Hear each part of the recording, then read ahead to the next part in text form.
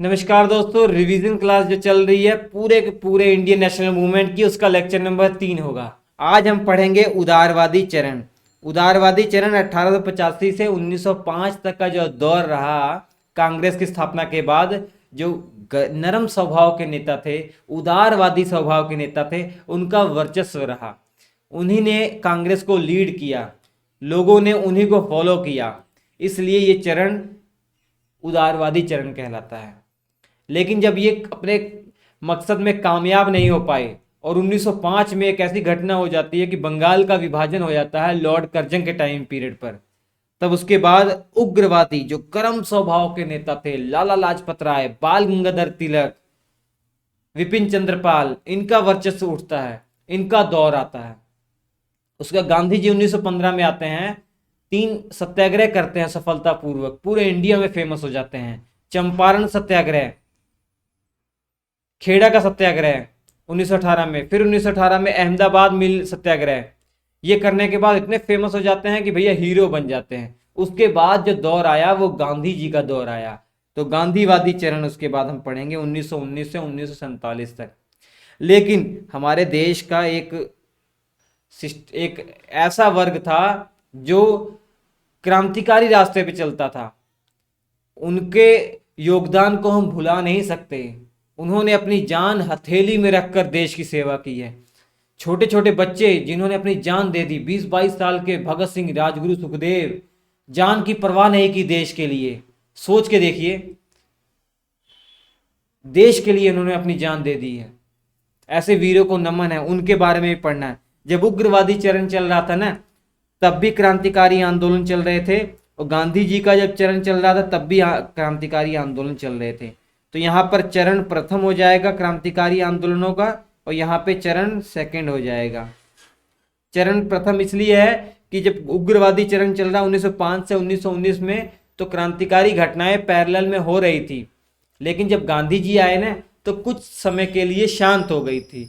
लोगों को लगा भैया एक ऐसा व्यक्ति आया है जो लगता है हमको आज़ादी दिला ही देंगे, तो लोग गांधी जी को फॉलो कर रहे थे। लेकिन जब गांधी जी को देखा गया कि भैया असहयोग आंदोलन इतना अच्छा चल रहा था और अचानक गांधी जी ने उसको बंद कर दिया, चोरी चोरा घटना हो गई थी, अचानक गांधी जी ने बंद कर दिया, तो लोगों का दिल उदास हो गया, टूट गया मन, और जो क्रांतिकारी लोग थे वो दोबारा से क्रांतिकारी रास्ते पे चल गए।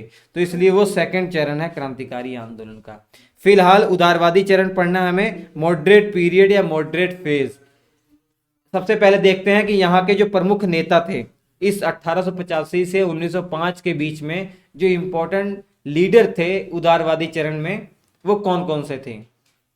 दादा भाई नौरोजी, फिरोज शाह मेहता, सुरेंद्रनाथ बनर्जी, सबका नाम आप सुन चुके हैं।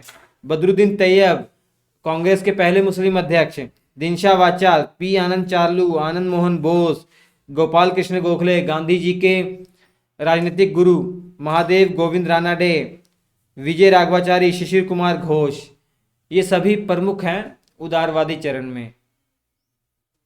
ठीक है, दादा भाई नौरोजी के बारे में डिटेल में पढ़ते हैं, कुछ नेताओं के बारे में डिटेल में देख लेते हैं। हालांकि रिवीजन क्लास है, डिटेल पार्ट मैंने सारा पढ़ा दिया है, पूरे प्लेलिस्ट में 60 वीडियो बने हैं। हाउस ऑफ कॉमन में दादा भाई नौरोजी पहले ऐसे इंडियन थे जो सदस्य बने थे। इससे पहले कोई भी सदस्य हाउस ऑफ कॉमन का सदस्य नहीं बना था। हाउस ऑफ कॉमन जानते हैं, हमारी जैसे लोकसभा है निम्न सदन, लोअर हाउस, वैसे ही ब्रिटेन का जो लोअर हाउस है उसे हाउस ऑफ कॉमन कहा जाता है, और अपर हाउस जिसे हाउस ऑफ लॉर्ड्स कहा जाता है। तो हाउस ऑफ कॉमन के सदस्य बनने वाले पहले इंडियन दादा भाई नौरोजी थे। इन्हें the great old man of India भी कहा जाता है। कब से कब तक ये हाउस ऑफ कॉमन के सदस्य रहे? 1892 से 1905 तक लिबरल पार्टी की ओर से ये इस सदन के सदस्य रहे। कांग्रेस के ये 3 बार अध्यक्ष रहे। अपने जीवन काल में कांग्रेस की 3 बार इन्होंने अध्यक्षता की। पहली बार तो 1886 में जब कलकत्ता अधिवेशन हुआ था, और दूसरी बार 1893 में जब लाहौर अधिवेशन हुआ था, और तीसरी बार 1906 में जब कलकत्ता अधिवेशन हुआ। तो ये 3 अधिवेशन मैंने ऑलरेडी पढ़ाए हुए हैं आपको।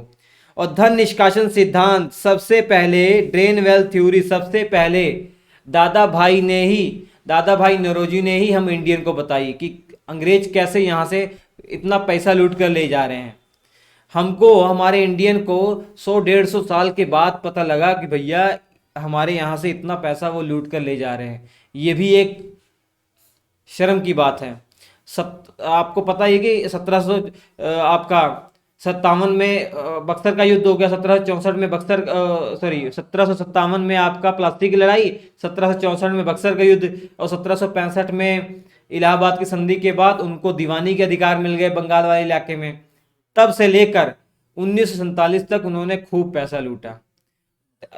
कैसे तुलना कर सकते हैं, पहले वो क्या कर रहे थे, व्यापार केवल कर रहे थे 1765 से पहले।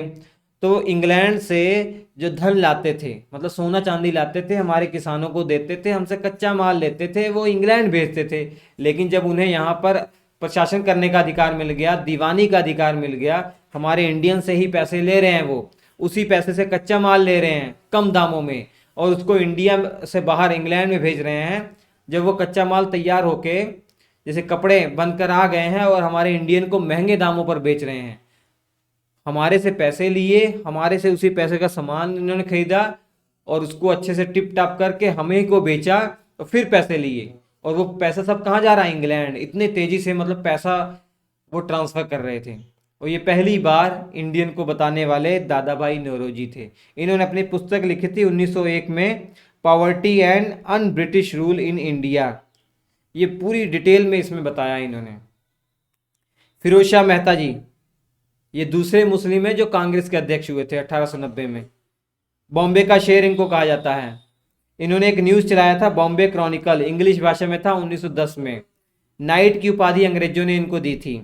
सुरेंद्र नाथ बनर्जी भैया राष्ट्रगुरु कहते हैं, 2 बार आईसीएस का एग्जाम क्लियर किया हुआ, सब पढ़ाया है मैंने, 1869 में, 1871 में। 1869 में वेरिफिकेशन में गड़बड़ी हो गई थी, इसलिए नौकरी नहीं मिल पाई। 1871 में नौकरी मिली, 2-3 साल नौकरी की इन्होंने। इनके ऊपर गलत आरोप अंग्रेजों ने लगाया, नौकरी से निकाल दिया था। इन्होंने न्यूज़ चलाया था the Bengali. Indian association, Congress से पहले जो सबसे इंपॉर्टेंट ऑर्गेनाइजेशन था, इंडियन एसोसिएशन 1876 में गठित किया गया था। ये सुरेंद्र नाथ बनर्जी और आनंद मोहन बोस के द्वारा शुरू किया गया था। उदारवादी नेताओं का कार्य करने का तरीका क्या था, कैसा था, वो हम समझ लेते हैं। सबसे पहले देखते हैं, ये जो मैंने बताया नाम से पता लग रहा है, उदारवादी, उदार स्वभाव के, नरम स्वभाव के। तो जो भी डिमांड अंग्रेजों से करते थे, पत्र पत्रिकाओं के माध्यम से करते थे, प्यार से करते थे, हड़ताल नहीं करते थे, धरना प्रदर्शन नहीं करते थे, विरोध नहीं करते थे। इसी कारण से इनकी बहुत आलोचना हुई है। तो 1885 से 1905 तक का जो दौर रहा, उदारवादी चरण के नेताओं का रहा। ऐसा नहीं कह सकते कि भैया इन्होंने कोई काम नहीं किया, वो समय ही ऐसा था कि हमें उदारवादी बनना पड़ा। अगर हम गर्म स्वभाव के उस समय हो जाते तो शायद कांग्रेस को कुचल दिया जाता, इंडियन नेशनल कांग्रेस को कुचल दिया जाता अंग्रेजों के द्वारा। पत्रिकाओं के माध्यम से, याचिका प्रार्थना के माध्यम से अंग्रेजों से डिमांड करते थे। फॉर एग्जाम्पल के तौर पर जैसे बता दूं, 1861 में इंडियन को जोड़ना शुरू कर दिया था अंग्रेजों ने लेजिस्लेटिव काउंसिल में। 3 इंडियन को सेंट्रल लेजिस्लेटिव काउंसिल में एडिशनल मेंबर के रूप में चुना गया था ना, सर दिनकर राव, पटियाला के महाराजा और बनारस के राजा, बताया है। अब 1885 में कांग्रेस का गठन हो गया। अब डिमांड कर रही है भैया कि इंडियंस को ज़्यादा से ज़्यादा और जोड़ा जाए लेजिस्लेटिव काउंसिल में, और कार्यकारी परिषद में भी जोड़ा जाए। कुछ डिमांड इनकी मान ली जाती थी, 100 डिमांड करते थे, 2-3 मान ली जाती थी इनकी। तो हर वर्ष अधिवेशन भी करते थे। हालांकि आपको पता ही है कि कांग्रेस के अधिवेशन तो 1947 तक चले। उस अधिवेशन में प्रस्ताव पारित करते थे, क्या आगे डिमांड होनी चाहिए, सब रणनीति बनाते थे। उदारवादी नेताओं का मेन उद्देश्य और इनकी मेन डिमांड क्या थी वो समझ लेते हैं। सेना का खर्च कम कर दिया जाए अंग्रेजों के द्वारा, ये सबसे बड़ी डिमांड थी। उच्च पदों पर ज़्यादा से ज़्यादा इंडियन को बैठाया जाए। वायसराय की जो एग्जीक्यूटिव काउंसिल है, जिसमें कोई भी इंडियन उस समय नहीं था, उसमें इंडियन को जगह दी जाए, ये भी डिमांड थी। केंद्र और प्रांत की विधान परिषद में हालांकि इंडियन को जगह मिल गई थी, लेकिन उनकी संख्या और बढ़ाई जाए, ये डिमांड हो रही थी। बजट पर नियंत्रण हो, बजट पर पहले बहस करने का भी अधिकार नहीं था, फिर धीरे धीरे बहस करने का अधिकार मिला, लेकिन वोटिंग राइट नहीं थे। तो ये सब डिमांड कर रहे थे। नमक और चीनी जो आम लोगों की ज़रूरत है, इस पर टैक्स ख़त्म कर दिया जाए। आईसीएस का एग्ज़ाम उस समय इंग्लैंड में होता था, बोला जा रहा था कि इंडिया में करवाया जाए, और इसकी उम्र सीमा घटाकर 19 वर्ष कर दी गई थी। इंडियन एलिजिबल ही नहीं हो रहे थे, और इसलिए कहा जा रहा है 19 वर्ष से इसको बढ़ाकर 23 वर्ष की जाए। भू राजस्व की में कमी की जाए, ये भी डिमांड हो रही थी। न्यायपालिका को स्वतंत्र किया जाए, कार्यपालिका के अधीन ना हो। न्यायपालिका स्वतंत्र होगी तो अपना स्वतंत्रता पूर्वक कार्य करेगी, किसी के साथ अन्याय नहीं होगा। इनकी उपलब्धियां क्या है इस दौर में, क्या इनकी कुछ उपलब्धियां हैं? जी हाँ, उपलब्धियां हैं।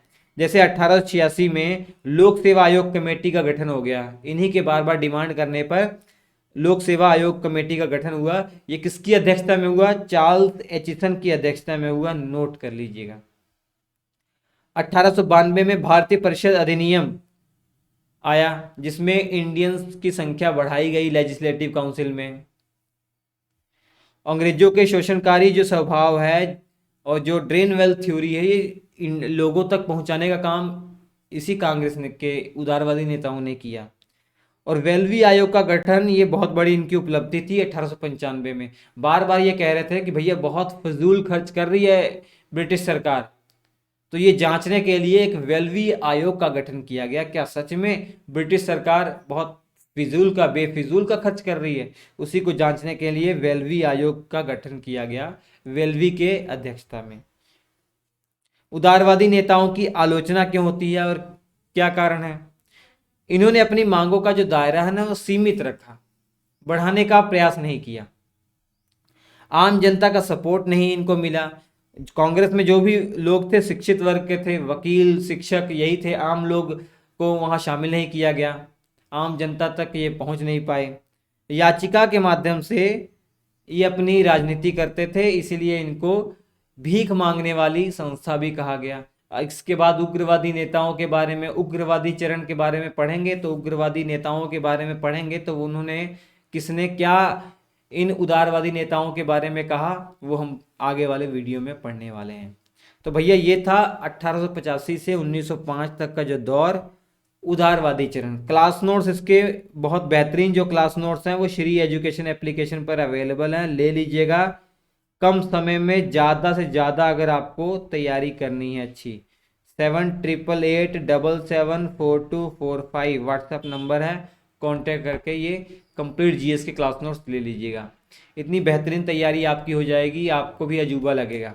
हम आपसे मुलाकात करेंगे अगले एपिसोड में, तब तक के लिए नमस्कार।